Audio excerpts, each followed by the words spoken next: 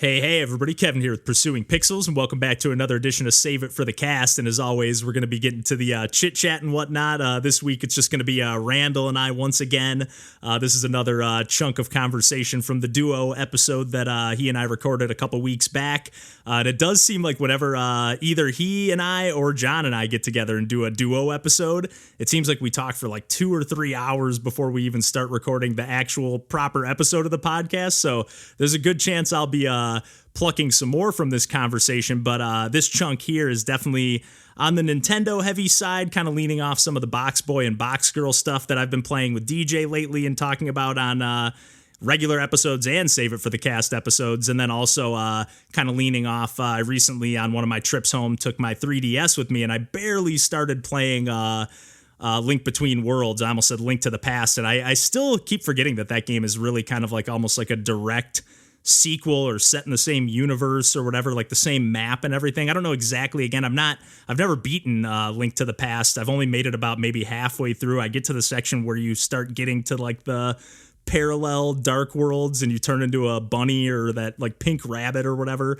And I'm just like, what the hell is going on? And I'm sure there's just one little thing I missed, just like when I played Majora's Mask and I never learned the Song of Time, I think it's called. You learn it from like the Scarecrow, and I think it slows time by like 33%, or it's like time goes like a third normal speed or whatever when you play this particular song. And I never learned that. I always thought in Majora's Mask, I might have said this on the podcast before, but I always thought you had to like learn the dungeons and like memorize them and like speed run them. I would get to like the spider boss, which I think was in the first dungeon of that game, and like get right to that, but I would always run out of time like pretty much as soon as the battle would begin, and I was like, I don't think I could do it any faster than that, at least at the skill set that I had, or the skill ceiling that I was at that age, when Majora's Mask came out. But I was really pleasantly surprised with A Link Between Worlds just being able to kind of like dive right into the action, especially how quickly Link moves around. Like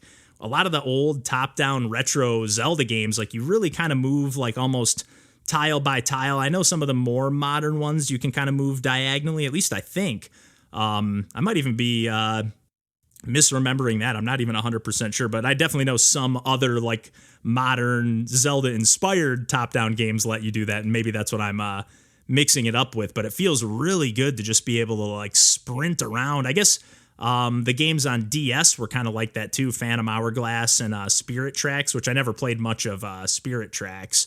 And I really have never beaten hardly any Zelda games. I've still really only beaten Wind Waker, and then like sort of half-ass beat Ocarina of Time in the sense that I like polished off a decades old save file, just like, oh, I have a little bit left to go, but I still feel like I haven't like gotten the full experience with a lot of these games. But I've only gotten about an hour in, if that, to A Link Between Worlds, but it was just so pleasant to like get right into the action and just have like not like a long opening, like step by step, whether it's cutscenes or like a tutorial, like just a lot of the modern Zelda games, even not counting Breath of the Wild so much, but like I remember Twilight Princess just being like a slog to get started with, like, oh god, this is like 2.5 hours before the game opens up proper. But I feel like I've played like about an hour, have like gotten into the proper game just a tiny smidge, but I haven't really gotten to the point where I'm getting to I know you can like buy, I think, just like all the different like weapons and stuff that you can get and like items and equipment stuff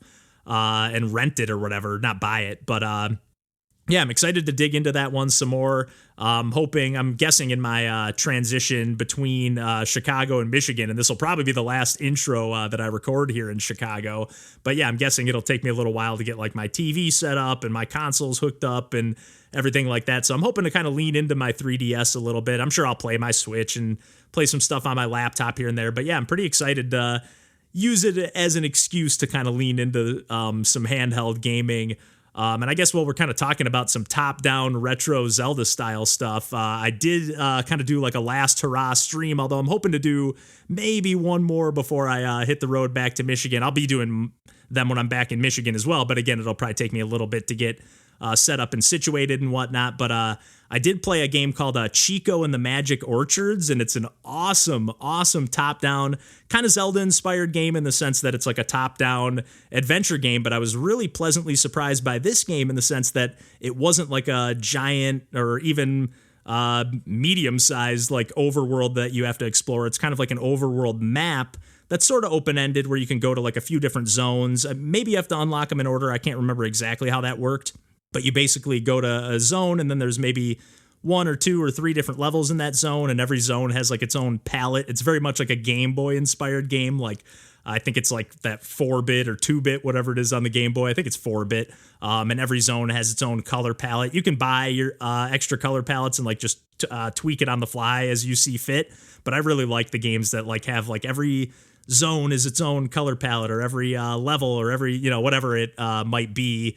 That suits the game, and I really like all the different palettes. The chip tunes here are just absolutely slamming, and you play as this little chipmunk, and it's kind of like a top-down platformer. You do a little bit of hopping and bopping around, and it can be like, my only slight gripe about the game is that it's like a little bit rigid in like the Game Boy sense, where like you really have to nail, like sometimes you do have to like make like a perfectly diagonal jump, and you almost have to jump like it gets a little precision platformery at times, even though it's definitely more of a puzzle game, but you really have to like kind of ace some maneuvers really quickly, whether it's jumping around on like some disappearing clouds, and especially if you're trying to get all the coins on a given stage. But again, I just really loved that it was again, just seeing some quick clips of the game in action. I was just assuming, top-down adventure game, it's just going to be a giant map I have to explore, and I'm always excited to see a more kind of streamlined linear experience, or at least, again, it seemed a little open-ended on the stage select side of things, but I really liked how I was able to just kind of like play a stage, clear the stage, and move along, and like not be wondering, did I miss something back there? And again, you play as this chipmunk, but you also have this walnut that you have to move around, and there's a bunch of checkpoints. And again, even though the stages are sort of linear, you do have to do a little bit of exploration. And as I've got maybe halfway through the game, maybe even a little bit less than that, I'm not 100% sure there, but it seemed like the stages were starting to get a little bit bigger, and you'd have to like kind of like leave the walnut in a certain spot and trigger like a wind device, or I guess probably a fan or something, but they didn't really look like fans, but they trigger some kind of like gust of wind that blows the walnut down a track, and then you'd have to like race it down to like trigger this switch with the chipmunk to like like lift this ramp up to knock the walnut in the other direction and hit another panel or switch or something with the walnut. Just some really clever and crafty puzzles that are pretty tricky to solve and pretty tricky to execute as well. But I've just really loved the time I spent with that game. I'm hoping to play some more of that one soon. It's one of those that I was like, I'm kind of sucked into this, and I feel like the scope of it feels like right in that 2, 3, 4, 5 hour range, like where I can beat it and not feel like, I'm spending a ton of time on this game, or I'm getting stumped. Like the difficulty felt pretty much just right, other than when I would like occasionally miss some of those jumps, but the checkpoints were very forgiving. But it's really cool. There's like separate checkpoints for the chipmunk and for Chico, and for the walnut itself. And sometimes they're not right next to each other. So it can be pretty clever and pretty, just some really well-designed levels and everything, and a really cool game. And I guess while we're kind of talking about open-ended but also linear retro games, or open-ended games with linear levels, I guess, I was also playing, I think on that same stream even, but maybe a different stream, I was checking out this game called Skatemasta Tcheco. And Skatemasta is all one word and with an A at the end, and Tcheco is Tcheco.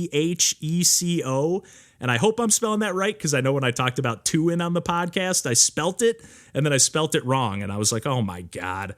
But anyways, I was playing some Skatemasta Tcheco, and this is a really cool NES-inspired game that's actually seems to be getting an NES port. Like, it seems like they're going to press some like physical versions of the game once it's done, and make like an actual NES cartridge.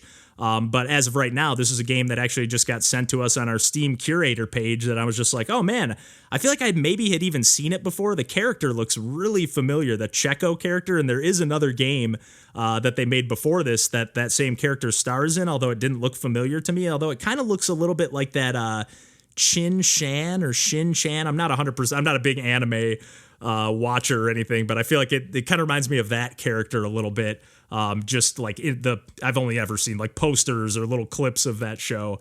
But it kind of reminds me of that character a little bit, but it's this like kind of auto scrolling in the sense that you have full control of your character, in the sense that you can move left to right, and you're this Tcheco kid on a skateboard. or Kid Named Checo, I should say.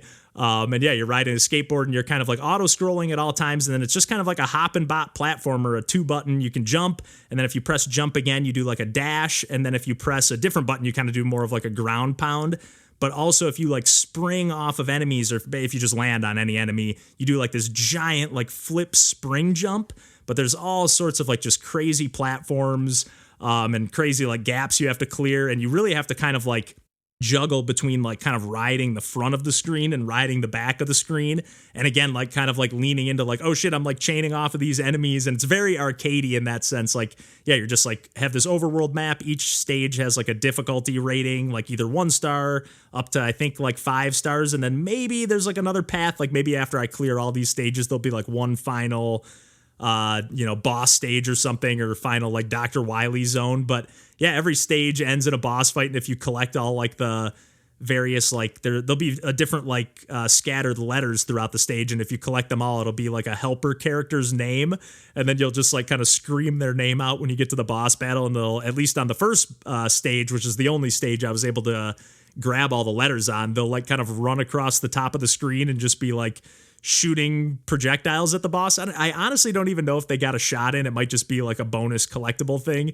or just like a funny humorous thing, because it really is just like hilarious. It almost seems like a character out of a totally different game, and they're making just like all sorts of like silly jokes, and like, I don't know, it's just kind of like a bonkers game. Like you're playing, one of the stages is like in a football stadium, but you're like dressed as Santa Claus, so it's also like a Christmas themed stage. It's just like a really crazy game with some really like expressive pixel art, like very anime inspired for sure. But just really fun, crazy, retro. Like it really has that 80s retro arcade energy that you really don't see a lot of these days. So I would really it's one that I would really love to pick up on the NES, and I definitely want to bring this one up to Randall, because it's like, oh man, this seems right up his alley as far as the homebrew retro collecting goes. But yeah, that's probably enough rambling and whatnot from me here at the outset. So I think I'll kick the ball over to Randall and I for some mostly Nintendo heavy chit chat, and otherwise we will catch you next week, and I will catch you back when I'm back in Michigan. But yeah, until next week, we'll catch you then, and take care.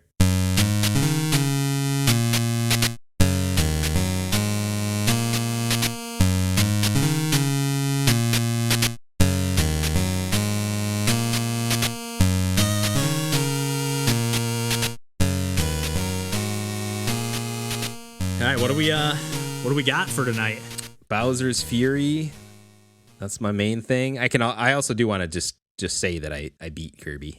Yeah. We could even, like, I've been doing some random stuff. Like, the one game I was going to talk about for sure was that She Remembered Caterpillars game, which I've been playing on Switch too, and I've been kind of bouncing around on Switch as well. I could even, if you mentioned Kirby, I could mention Box Boy and Box Girl. I played some of that with DJ when he came over to pick up his sunglasses. So, nice. I kind of like. Do they put those games on Switch?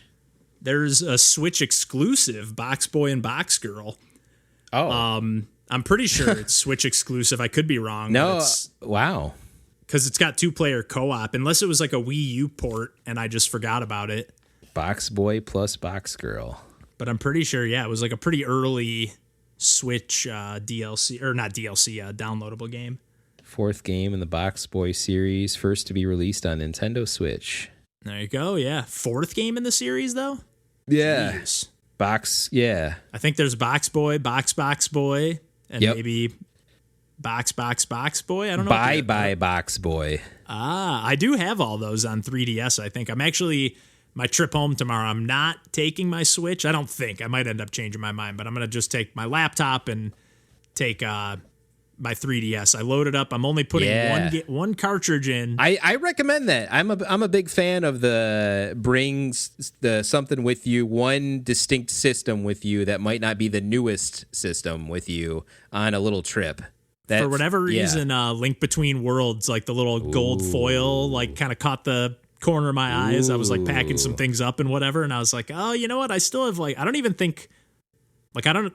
Maybe I've popped it in and booted it up for a second. I don't know. I do that sometimes, but nope. I don't think I've ever even I don't even think I've opened the case. I definitely unwrapped it, but Of course. But I already put it in the cartridge and in my bag. So I'm like, I'm gonna take that. And then again, I've obviously got tons of games through all the itch.io bundles or just whatever on my PC. So I was like, I'll bring my 8-bit Do controller. And I'll bring my 3DS, and then I'll be good. Oh yeah. And then that way I'm not sick, because I just like a lot of times on Switch I just sit there and like scroll through everything and go, what do I feel like playing? And then I just either play nothing or play the same old thing, you know. So I'm like, if I'm on my PC, maybe I'll play something like a little more specific, or if I want to dig into something, I'll have Zelda. But now that I was thinking about those Box Boy games, I was like, maybe I'll dig into those. Yeah. I think, there's this Bye Box Boy, and I don't think I bought that one, which is... I'm almost sure I did, but I could be wrong, because that's the other one that has a ton of games, too, is Pushmo, that series. There was 3 Pushmo, or 4 games in that series, too. Crashmo. And I think one more. It might have just been like Pushmo World or something like that. Yeah. On Wii U, yeah. And I think I have all those too. I don't know if that, talk about hard games. Even Box Boy gets really tricky. Yes, it does.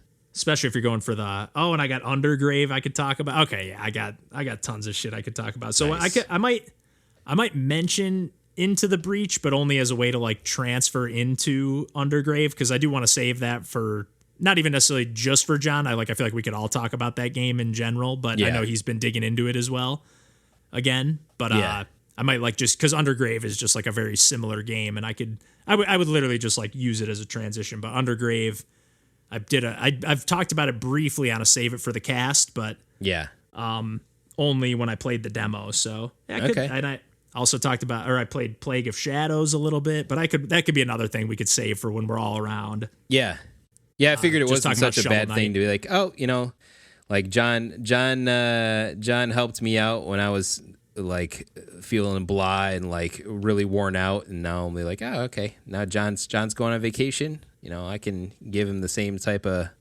little mini break there, and we can record again all together. Yeah, and it's always fun. Like, I mean, I know when I'm listening to podcasts, it's always like sometimes kind of a bummer when you're like, someone's not on it that I like, or sometimes like there's some podcasts that I've listened to where it's like, that's why I was always like a little bit reluctant to bring guests on, and like I'm glad we found like at least I think it's a good way to do it, like having like a kind of regular episode first with them, and then having an interview, because like sometimes I would listen to a podcast and just like, well, if the person you're interviewing just flat out sucks, I mean, I guess it's then if somebody doesn't like the first part, then they're like, oh man, they're going to be on again next week, great.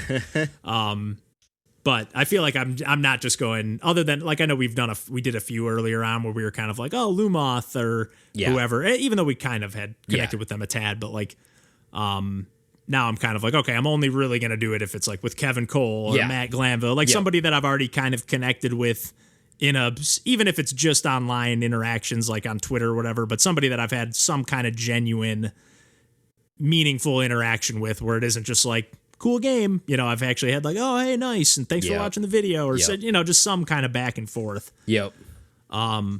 Speaking of random, before we get into recording the episode, but through the Indie Game Collective, I was talking to Paradigm the other day, and he was like, hey, did you see this one we just got added? I haven't been like looking at the games that they've been bringing in a ton, because I've been getting ready to move, so I'm like, okay, I don't want to like load up on a bunch of stuff and then be like lagging way behind on checking out some of these games.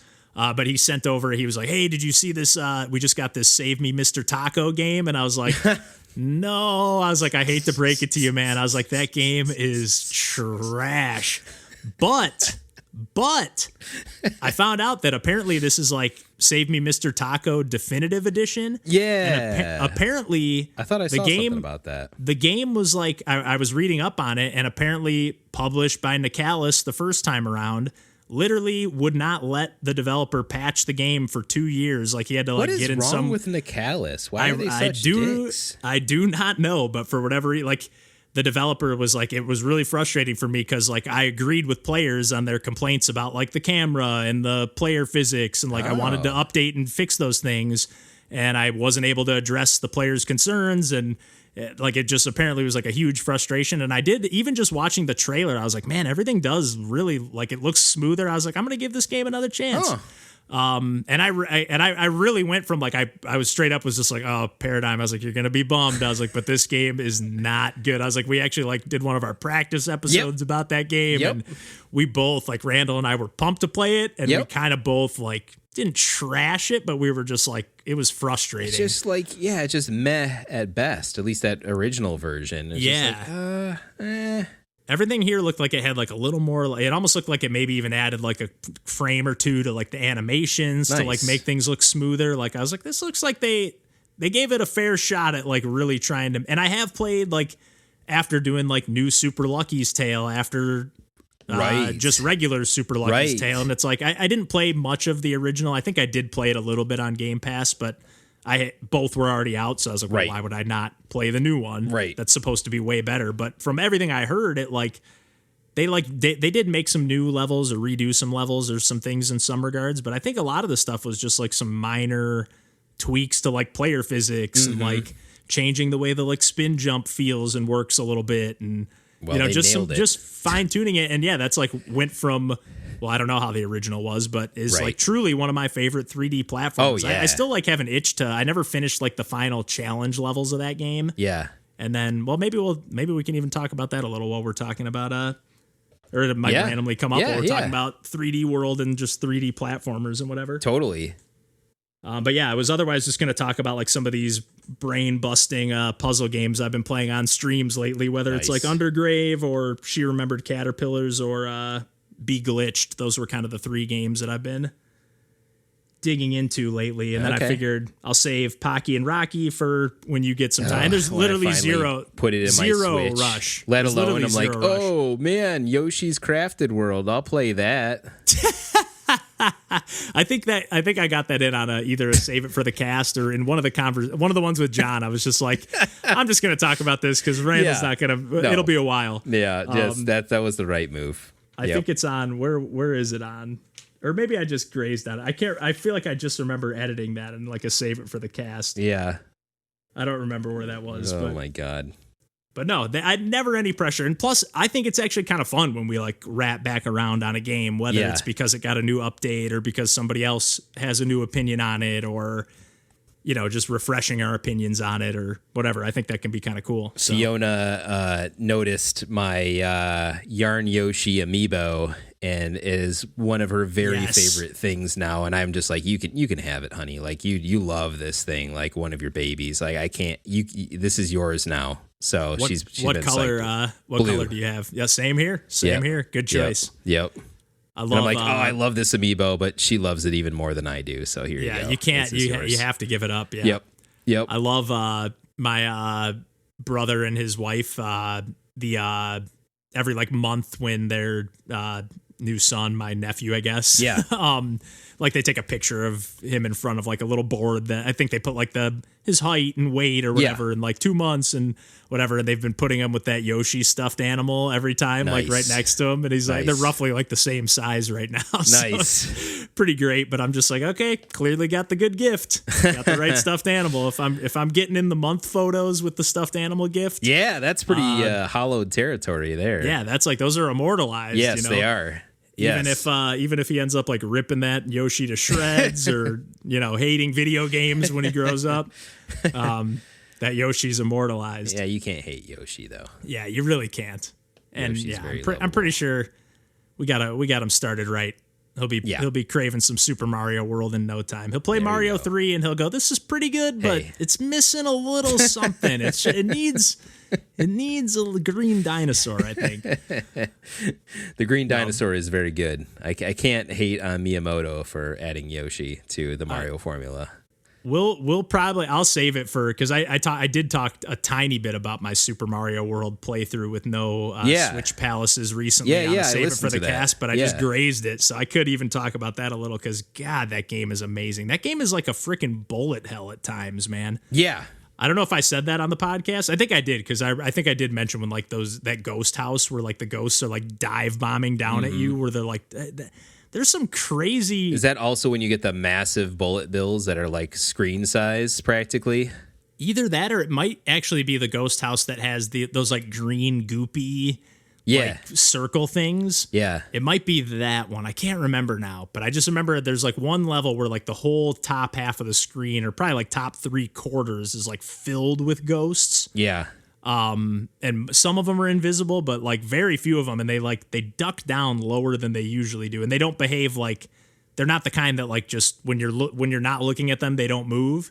Yeah. Or when you're looking at them they don't move. They're like, they just do whatever the hell they want regardless of what you're doing. So man, got to be one of the best just launch games of all time across video games. Like one of the best launch games for a console. Oh, without question. Yeah, without question. Like, yeah, and the fact that they did that with Mario 64 again. I mean, I know that game hasn't aged quite as well as Super Mario World, but it's still like insanely impressive that was a launch game too. Yeah, that's it. Really, honestly, like, yeah, if all they would need to do is like give me Super Mario 64 in the Odyssey engine. Yeah, it's a great game. Yeah, immediately, like if it just plays smoother and like recognizes the ledges and the camera's a little smoother, this and that, like just give me that and it turns into a great game. It's just that it's a little rigid and a little stiff and the controls are a little clunky. But if you go back to the first Mario game, Super Mario Brothers, the first 2D one, then you're like, okay, yeah, this is a little clunk compared to Super Mario World. It has those same issues. Oh man, I would love to see 64 get remade with any of the whether it was the Sunshine engine or and any of the future Mario engines, because I just think he controls so much smoother and predictably and like reliably in those games. Although I didn't even mind the control in Mario 64, but the camera, like, of course you get used to, but it's just fighting the camera. It's the same problem that all 3D games had at that time. Yeah. That's nothing unique. And I would say and they handled it better. pretty well. Yeah, it was still better than well. anything that it came out around for a 3D camera. That's for sure. Yeah, we were just talking about Zandan was just talking about Banjo-Kazooie, I think. Maybe she was playing Banjo-Tooie, I can't remember, but I think it was Banjo-Kazooie, but just kind of talking about how like, yeah, this kind of took everything that Mario 64 did and then just wrapped it up into like a kind of more, at least it holds up better, the whole package. Like you can kind of dive in and like everything just feels a little smoother. It's not necessarily a better game and it's different in a lot of regards, but like not having to like jump out of the painting and go back in every time. You can kind of just like keep collecting stuff, and like it just felt like it took what the groundwork that Super Mario 64 laid, and then they just ran with it and went, oh, okay, that's what you can do with a 3D platformer. Totally. And then like took it to the next level a little bit. And as we said in some regards, multiple times, those Xbox 360 ports, the Xbox Live Arcade ports, are amazing ways to play those games. Still, it just so cleaned up. It's not even like they changed much besides like making it legitimate widescreen. It just it's cleaned up and you have a better draw distance and it just feels really great to play. Yeah, it's odd how much, because I know John and I mentioned that too a little bit when we were talking about playing the 64 games on the Switch Online service. Like they look really crisp, even just whatever like they're up-resing to. Like there's something, like some of the stuff looks off sometimes. Like I know when I was playing Mario Golf, like some of the greens looked kind of off and like hard to read. And I'm like, I feel like it's not registering some of the textures quite right through the emulation or whatever. Because I don't remember having that issue, but maybe it's just been that long since I played, Mario Golf 64. But the visuals are so much cleaner though. Yeah, like playing Kirby 64, I was just like, holy shit! I need to launch it on amazing. there. Yeah, I heard you guys talking about that, like how good it looks and stuff. Like, man, I need to boot that. And I do have that cartridge too, but I'm like, I need to boot this on the Switch thing because I've even got the N64 controller. I'm one of the 45 people that was able to get one of those. So nice. They just get. I don't know if it was probably a month or so ago now, but they said they got them back in stock. I don't know if they're still back in. Oh yeah. They sell out in like a day tops. That's crazy. That's crazy. They do look really cool though. I mean, it is what it is, but yeah, those N64 games, like in the emulator, like they clean up so nicely, but you got to think it's also because all of us that experienced N64 during the time, we were doing it through either RF cables or AV cables, right? No components, no HDMI. Like I was able to rig like an S-video setup, but that was way, way after the heyday of that system, right? Like, you know, and that cleaned it up. It cleaned it up a little, like the text got sharper and stuff, but still there was limitations, of course. Like there's a lot of like built-in kind of blur effects that were happening, like just on the software side of that system. Yeah. So, yeah. Yeah, it's impressive. Yeah, we even talked about when we recorded last time, too, when John and I recorded, we actually talked more about one of the multiplayer games on that Kirby 64. I forget what the actual game is called, but like you just kind of like hammer down on tile. It's kind of like a Bomberman-esque mini game. Very, very fun. Nice. Little like bonus game. Like I never even think to dig into that stuff like that in games. Like I hardly ever like dig into like the little random mini games. Like I'll do them for a second, but I never like play them much. And then this is like, oh man, this is like a full blown like easily could be like a really good Mario Party mini game. Like you'd be like, oh, this would be one of the best mini games in Mario Party if it was in there. Nintendo needs to make us a Nintendo Party that they could do stuff like that. Why? Yeah. Why don't they do that? I don't know. They could even just throw them into Mario Party. Who cares? Yeah. Like, hey, you know what? Just like Mario Kart style. Yeah, why not? All they would have to do is call it Super Smash Party. There you go. You're done. Boom. You're done. It'd be their best-selling game ever.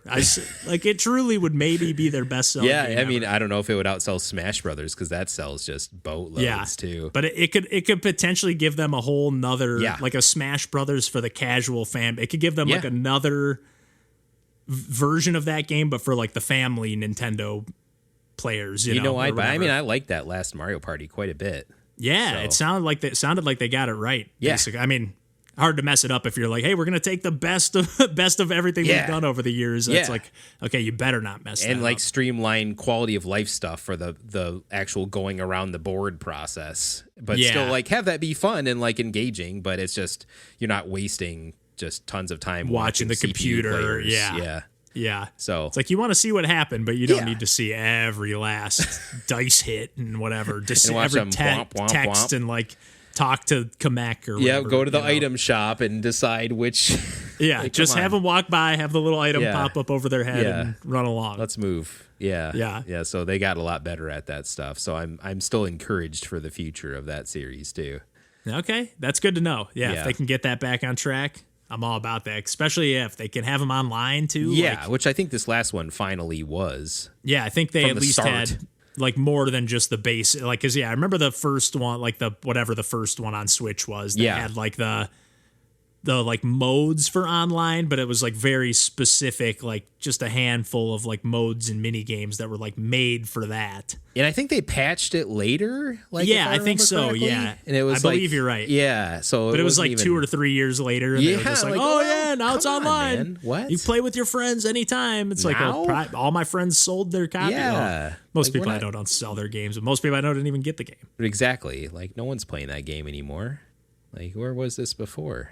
Yeah, but if they would have done it, hey, we're gonna update this patch, and like if they would have built Super Mario Party like into that game, like again, if they know they're gonna be on this console for a long time, it's like that's another perfect game. That's like all they would need to do is just keep adding new mini games, new boards, and maybe some new characters from time to time. Just like Mario Kart is its own platform, so could Mario Party. A lot of their series could be that, and it seems like they're kind of trying to with like golf and with even Striker. Like they're kind of trying to use that format of like release it with enough and then slowly roll out more and more to try to keep the interest up for longer. But I don't really know. I kind of don't really know why that matters. Like if you don't have transactions like coming into play, like it seems like just sell the game up front. Like I don't feel like that's driving a ton of sales after the fact. I could be wrong, but I can't imagine like people are like, oh, they added Shy Guy and Daisy to Strikers. Oh, I gotta get it now. Yeah, I think it's just a player engagement sort of equation more than a more sales thing, I guess. But then, if you say you updated it and it's got these new things, that puts it back in headlines at some places. Yeah, I think that's got to be. It's just got to be a marketing. It's got to just be like a marketing. Like it's kind of like how John was talking about on Spotify, how like bands will like release a series of singles before their album comes out, Right. because it's like just a way to like keeps it in drum the up mix. your stuff. Be like, oh, hey, okay, this band is relevant all of a sudden. Why, it just pops them up in your feed 4 times instead of just once when the album comes out. There's 8,000 things competing for your eyeballs at any given moment. So like, or your crazy. ears in that case. Like, but that's like, that's just how the world is right now. Yeah. So we have to figure out which things we want to consume, or try to remember the things we want to consume. Seriously, I know. How many times am I just like scrolling through and I'm like, oh shit, that game? I totally forgot about that. Like I was like, at one point I probably said, that's my most anticipated upcoming game. And now I'm like, oh yeah, totally forgot about it. Didn't even know it. Didn't even remember. Yeah, or that came out. Oh shit, I bought that, but then something else came out around the same time, or I was busy during that time, and then something else came out afterwards, and then poof. Yep, it's gone. Yep, every time, man, every time. Jeez, we should probably get recorded. Yes, here. yes. What order do we want to do stuff in? I can, if you want, I can open with talking about the beating Kirby. I don't mind doing that.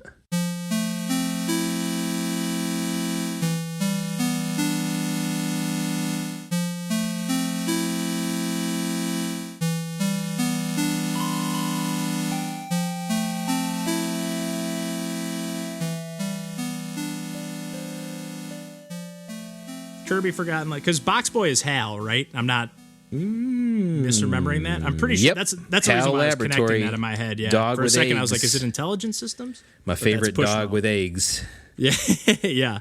I love that logo so much. It is a great logo, and I always forget that it is just like dog just literally laying in a nest with 3 eggs, I think. Yeah. Yeah.